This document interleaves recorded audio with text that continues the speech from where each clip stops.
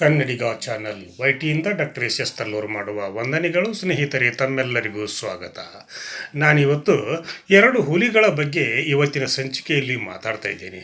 ಅದು ಕೂಡ ಉತ್ತರ ಕರ್ನಾಟಕದ ಹುಲಿಗಳು. ಅವು ಉತ್ತರ ಕರ್ನಾಟಕಕ್ಕಷ್ಟೇ ಅಲ್ಲ, ಇಡೀ ಅಖಂಡ ಕರ್ನಾಟಕಕ್ಕೆ ಹುಲಿಗಳಾಗಿದ್ದವು ಅನ್ನುವಂಥ ಒಂದು ವಿಷಯವನ್ನು ಕೂಡ ಈ ಸಂಚಿಕೆಯ ಮುಖಾಂತರ ನಾನು ಕನ್ನಡಿಗ ಚಾನಲ್ ವೈಟಿಯ ಎಲ್ಲ ವೀಕ್ಷಕರಿಗೆ ತಲುಪಿಸಲಿಕ್ಕೆ ಬಯಸಿದ್ದೇನೆ. ಯಾಕಂದರೆ ಇದು ಅಂತ್ಯಂಥ ಹುಲಿಗಳಲ್ಲ. ಹುಲಿಗಳ ಗರ್ಜನೆ ಮಾಡಿದರೆ ನಿಜಕ್ಕೂ ಕೂಡ ಅರಣ್ಯದಲ್ಲಿ ಯಾವ ರೀತಿ ಬೋರ್ಗರೆಯುತ್ತದೆಯೋ ಅದೇ ರೀತಿ ಇವರು ನಾಡಿನಲ್ಲಿ ಗರ್ಜನೆ ಮಾಡಿದರೆ ಇಡೀ ನಾಡೇ ನಡುಗುವಂಥ ಒಂದು ಕಾಲ ಇತ್ತು. ಆ ಕಾಲ ಗರ್ಭದಲ್ಲಿ ಆಗಿ ಹೋಗಿರ್ತಕ್ಕಂಥ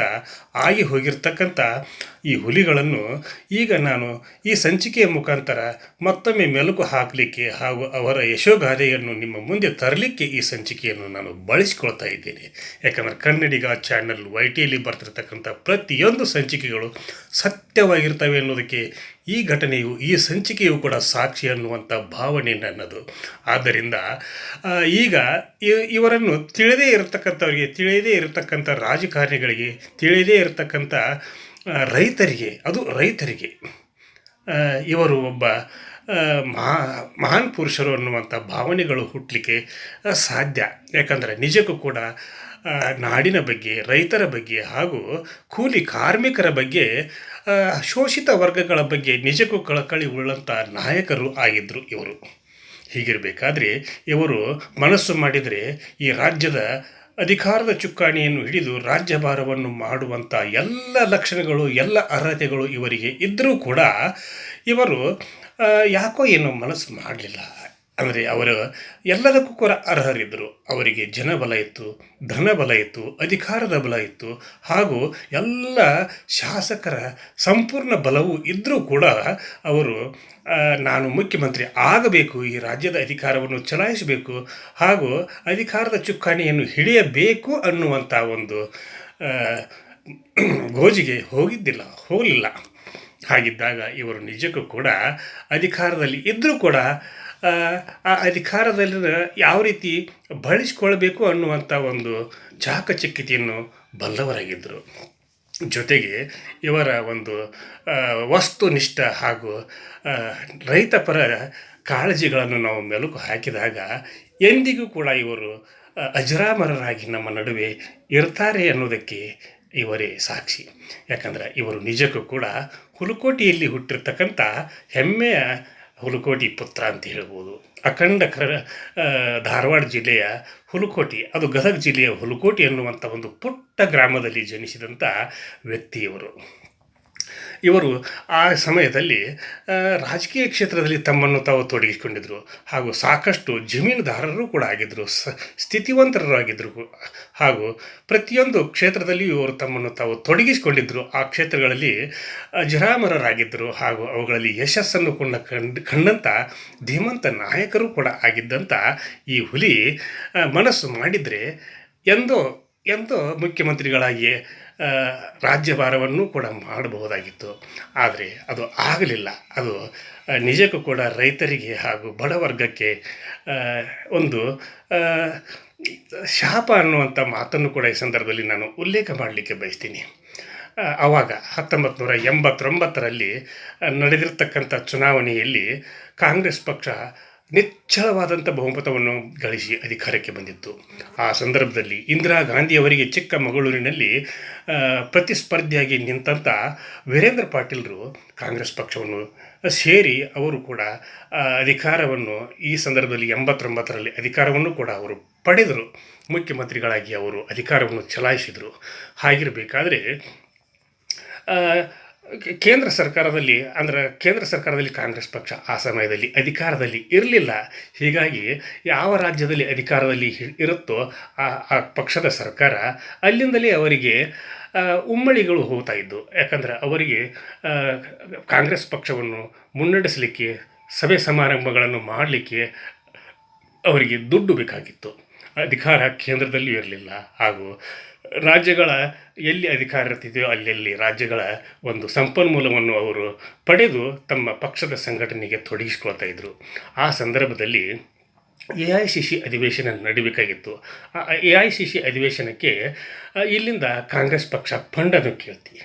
ಆ ಸಮಯದಲ್ಲಿ ವೀರೇಂದ್ರ ಪಾಟೀಲರು ಹೇಳಿ ಕೇಳಿ ತೂಕದ ವ್ಯಕ್ತಿ ಅವರು ಯಾವತ್ತೂ ಕೂಡ ವಿನಾಕಾರಣ ಖರ್ಚು ಮಾಡೋರಲ್ಲ, ಹಣವನ್ನು ವ್ಯರ್ಥ ಮಾಡೋರಲ್ಲ. ಹೀಗಿರಬೇಕಾದ್ರೆ ಅವರ ಸಂಪುಟದಲ್ಲಿ ಹಣಕಾಸು ಸಚಿವರಾಗಿರ್ತಕ್ಕಂಥ ರಾಜಶೇಖರ್ ಮೂರ್ತಿಯು ಕೂಡ ಶ್ರೇಷ್ಠ ಹಣಕಾಸು ಸಚಿವರಾಗಿದ್ದರು. ಹೀಗಿರಬೇಕಾದ್ರೆ ಕೇಂದ್ರ ಸರ್ಕಾರ ಅಂದ್ರೆ ಕೇಂದ್ರದ ಕಾಂಗ್ರೆಸ್ ನಾಯಕತ್ವದಲ್ಲಿ ಈ ಸಮಯದಲ್ಲಿ AICC ಅಧಿವೇಶನ ನಡೆಸಬೇಕಾಗಿತ್ತು. ಆ ಸಮಯಕ್ಕೆ ವೀರೇಂದ್ರ ಪಾಟೀಲ್ರಿಗೆ ಅವರು ಸಂಪರ್ಕ ಮಾಡಿ, ಇಲ್ಲ ನಿಮ್ಮಿಂದ ಇಷ್ಟು ಹಣ ನಮಗೆ ಬೇಕು ಅನ್ನುವಂಥ, ಸಂಪನ್ಮೂಲ ಬೇಕು ಅನ್ನುವಂಥ ಒಂದು ಮಾತನ್ನು ಇವರ ಮುಂದಿಟ್ಟಾಗ ವೀರೇಂದ್ರ ಪಾಟೀಲರು ನೋ ನಾ ಯಾವುದಕ್ಕೂ ಕೂಡ ಇಂಥ ಖರ್ಚಿಗೆ ಹಾಗೂ ವಿನಾಕಾರಣ ನಾನು ದುಡ್ಡನ್ನು ಕೊಡೋದಿಲ್ಲ ಅನ್ನುವಂಥ ಕಟ್ಟುನಿಟ್ಟಾಗಿ ಅವರು ವರಿಷ್ಠ ಮಂಡಳಿಗೆ ತಿಳಿಸಿದರು. ಹೀಗಾದಾಗ ವರಿಷ್ಠ ಮಂಡಳಿಗೆ ದಿಕ್ಕೆ ತೋಚದಂತಾಯಿತು, ಜೊತೆಗೆ ಕೋಪವೂ ಕೂಡ ಉಂಟಾಯಿತು, ಕಣ್ಣಲ್ಲಿ ಕೆಂಡ ಆಗಿ ಹೋಯಿತು. ಹೀಗಿರಬೇಕಾದ್ರೆ 89ರ ಈ ವಿಧಾನಸಭಾ ಚುನಾವಣೆಯಲ್ಲಿ ಕರ್ನಾಟಕದಲ್ಲಿ ಒಬ್ಬ ಮದ್ಯದ ಉದ್ಯಮಿಯೊಬ್ಬರು ಪ್ರತಿಯೊಬ್ಬ ಕ್ಯಾಂಡಿಡೇಟ್ಗಳಿಗೂ ಕೂಡ ಅವರು ಪಾರ್ಟಿ ಫಂಡ್ ಅಂತ ತಿಳ್ಕೇಸಿಂದ ಅವರು ನೀಡಿದರು. ಹಾಗಿರುವಾಗ ಕರ್ನಾಟಕದಲ್ಲಿ ಇರ್ತಕ್ಕಂಥ ಥರ್ಡ್ ಕ್ಲಾಸು ಮತ್ತು ಸೆಕೆಂಡ್ ಕ್ಲಾಸು ಮದ್ಯಗಳನ್ನು ಸಂಪೂರ್ಣವಾಗಿ ಇವರು ನಿಂದಿಸಿದರು. ಇದರಿಂದ ಕರ್ನಾಟಕದ ಬೊಕ್ಕಸಕ್ಕೆ ಸುಮಾರು 600 ಕೋಟಿಗಳಷ್ಟು ಇವರ ಬೊಕ್ಕಸದಲ್ಲಿ ಹಣ ಶೇಖರಣೆಯಾಗಿತ್ತು. ಅಂಥ ಸಂದರ್ಭದಲ್ಲಿ ಇವರಿಗೇನು ಸುಮಾರು ಒಂದು 100, 150, 200 ಕೋಟಿ ರೂಪಾಯಿ ಕೊಟ್ಟಿದ್ರು ಮುಗೀತಿತ್ತು. ಆದರೂ ಕೂಡ ವೀರೇಂದ್ರ ಪಾಟೀಲರು ಕೊಡಲಿಲ್ಲ. ಹೀಗಾದಾಗ ಈ ಸಮಯದಲ್ಲಿ ರಾಜೀವ್ ಗಾಂಧಿಯವರು ಬೆಂಗಳೂರಿಗೆ ಬಂದರು. ಬೆಂಗಳೂರಿಗೆ ಬಂದ ವಿಮಾನ ನಿಲ್ದಾಣದಲ್ಲಿಯೇ ಮುಖ್ಯಮಂತ್ರಿಯಾಗ ಬದಲಾವಣೆಯ ಒಂದು ಘೋಷಣೆಯನ್ನು ಕೂಡ ಮಾಡಿಬಿಟ್ರು. ಆ ಸಂದರ್ಭದಲ್ಲಿ ಯಾರನ್ನು ಮಾಡಬೇಕು ಅನ್ನುವಂಥ ಒಂದು ಜಿಜ್ಞಾಸೆ ಹುಟ್ಟಿದಾಗ ನಿಜಕ್ಕೂ ಕೂಡ ಇಬ್ಬರ ಹೆಸರು ಪ್ರಚಲಿತದಲ್ಲಿತ್ತು. ಮೊದಲನೇದವರು KH ಪಾಟೀಲರು, ಎರಡನೇ ಅವರು ಬಂಗಾರಪ್ಪ ಹೇಳಿ ಕೇಳಿ ಒಂದು ದಾಷ್ಟ್ಯ ರಾಜಕಾರಣಕ್ಕೆ ವಾಸಿಯಾಗಿದ್ದವರು. KH ಪಾಟೀಲರು ಕೂಡ ಅಷ್ಟೇ, ಅವರು ಕೂಡ ದಿಟ್ಟ ರಾಜಕಾರಣವನ್ನು ಮಾಡೋದರಲ್ಲಿ ಎತ್ತಿದ ಕೈ ಎನಿಸ್ಕೊಂಡವರು. ಹಾಗಿದ್ದರೂ ಕೂಡ ಕೇಂದ್ರ ಕಾಂಗ್ರೆಸ್ ಪಕ್ಷಕ್ಕೆ ನಿಧಿಗಳನ್ನು ಕೊಡಲಿಕ್ಕೆ, ಸಂಪನ್ಮೂಲವನ್ನು ಸರಬರಾಜು ಮಾಡಲಿಕ್ಕೆ ಬಂಗಾರಪ್ಪನವರೇ ಸೂಕ್ತ ವ್ಯಕ್ತಿ ಅನ್ನುವಂಥ ಅಭಿಪ್ರಾಯಕ್ಕೆ ಅವರು ಬಂದಿದ್ದರು. ಹಾಗಿರಬೇಕಾದ್ರೆ ಆ ಸಮಯದಲ್ಲಿ JK ಮೂಪ್ನಾರ್ ಹಾಗೂ ಇನ್ನೊಬ್ಬರು ಯಾರೋ ಒಬ್ಬರು ರೆಡ್ಡಿಯವರು ಬಂದಿದ್ದರು ವೀಕ್ಷಕರಾಗಿ. ಬಂದಾಗ ಅವರು ಇಲ್ಲಿಯ ಪರಿಸ್ಥಿತಿಯನ್ನು ಅವಲೋಕನ ಮಾಡಿದಾಗ ಹೆಚ್ಚಿನ ಶಾಸಕಾಂಗ ಪಕ್ಷದ ಒಂದು ಶಾಸಕರ ಸಂಖ್ಯೆ KH ಪಾಟೀಲರಿಗೆ ಅನುಕೂಲವಾಗಿದೆ ಅನ್ನುವಂಥ ಒಂದು ಮಾತನ್ನು ಕೂಡ ಅವರು ಅರಿತುಕೊಂಡು ರಾಜೀವ್ ಗಾಂಧಿ ಅವರಿಗೆ ಹೇಳಿದರು. ಯಾಕಂದರೆ ವೀರೇಂದ್ರ ಪಾಟೀಲರು ಎಷ್ಟು ಕಟ್ಟುನಿಟ್ಟಾದ ರಾಜಕಾರಣಿಯೋ KH ಪಾಟೀಲರು ಕೂಡ ಅಷ್ಟೇ ಕಟ್ಟುನಿಟ್ಟಾದ ರಾಜಕಾರಣಿಗಳಾಗಿದ್ದರು. ಹೀಗಿರಬೇಕಾದ್ರೆ ಮುಂದೆ ತಮಗೆ ಮತ್ತೆ ಸಂಕಷ್ಟ ಒದಗಿ ಬರಬಹುದು ಅನ್ನುವಂಥ ಒಂದು ಸಂದೇಶವನ್ನು ಅವರು ರಾಜೀವ್ ಗಾಂಧಿ ಅವರಿಗೆ ತಲುಪಿಸಿದಾಗ ಅವರು KH ಪಾಟೀಲರಿಗೆ ನೇರವಾಗಿ ಫೋನ್ ಮಾಡಿದರು.